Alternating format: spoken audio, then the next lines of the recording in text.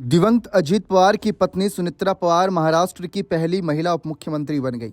सुनेत्रा पवार 25,000 करोड़ रुपए के Maharashtra state cooperative bank घोटाले में कानूनी जांच के दायरे में है। नवभारत टाइम्स की रिपोर्ट्स के मुताबिक इस घोटाले में ईडी ने अपने आरोप पत्र में अजीत पवार के साथ उनका भी नाम शामिल किया था। मुंबई पुलिस की आर्थिक अपराध शाखा ने दंपत्ति को क्लीन चिट दे दी, लेकिन ईडी ने मनी लॉन्ड्रिंग मामले में इसे बंद करने पर आपत्ति जताई और मामला अदालत में लंबित है। आयकर विभाग ने बेनामी संपत्ति कानून के तहत सुनेत्रा पवार और अजीत पवार की भी जांच की थी।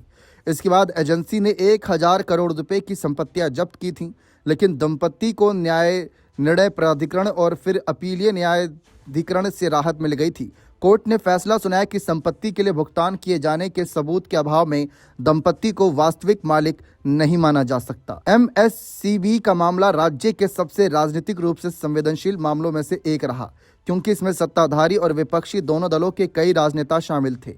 यह घोटाला एमएससीबी के अंतर्गत आने वाले 31 जिला केंद्रीय सहकारी बैंकों से संबंधित था।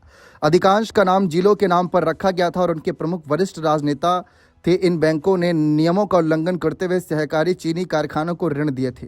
आरोप है कि इन चीनी मिलों के 2002 से 2017 के बीच भुगतान में चूक करने के कारण एमएससीबी को 25,000 करोड़ रुपए का नुकसान हुआ। बाद में एमएससीबी ने ऋण वसूली के बहाने चीनी कारखानों और उनकी जमीनों की नीलामी बहुत कम कीमतों पर कर दी, जिनमें से अधिकांश बैंक प्रमुखों के रिश्तेदारों को बेची गई। बॉम्बे हाईकोर्ट में एक जनहित याचिका दायर की गई और हाईकोर्ट के निर्देश पर 2019 में जांच शुरू करने के लिए एफआईआर दर्ज की गई। इसी के आधार पर ईडी ने मनी लॉन्ड्रिंग का मामला दर्ज किया। बाद में तत्कालीन विपक्ष के नेता अजीत पवार एनसीपी तोड़कर बीजेपी और शिंदे सेना की महायुति सरकार में शामिल हुए।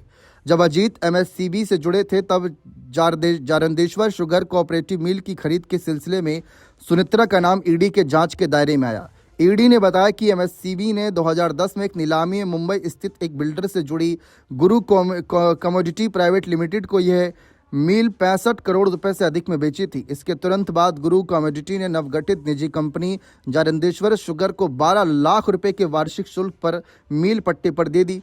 ईडी ने कहा कि जारंदेश्वर शुगर मिल्स लिमिटेड के निदेशक राजेंद्र घड़गे अजीत पवार के मामा हैं, जो उस समय बैंक के निदेशक थे। नीलामी में मिल की खरीद के लिए इस्तेमाल की गई धनराशि का अधिकांश हिस्सा जारंदेश्वर शुगर से प्राप्त हुआ था, जिसे बदले में जय एग्रोटेक प्राइवेट लिमिटेड से 20 करोड़ रुपए मिले थे, जिसमें सुनेत्रा पवार निदेशक थीं। आयकर विभाग के निष्कर्षों को एक्टिविस्ट अंजलि दमानिया ने चुनौती दी थी। उन्होंने कहा कि पिछले साल मैंने आयकर विभाग को पत्र लिखकर पवार परिवार के खिलाफ मामला फिर से खोलने का अनुरोध किया था।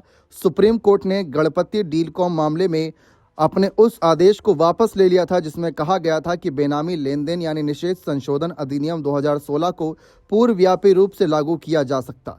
सुप्रीम कोर्ट के उसी आदेश के आधार पर उन्हें राहत मिली थी। मैंने आयकर अधिकारियों से अनुरोध किया था कि ये पवार और भुजबल परिवार की उन संपत्तियों को अधिनियम के तहत फिर से जब्त करे, जिन्हें पहले उसी आदेश के आधार पर मुक्त कर दिया गया था, क्योंकि अब सुप्रीम कोर्ट उस आदेश को वापस ले रहा है।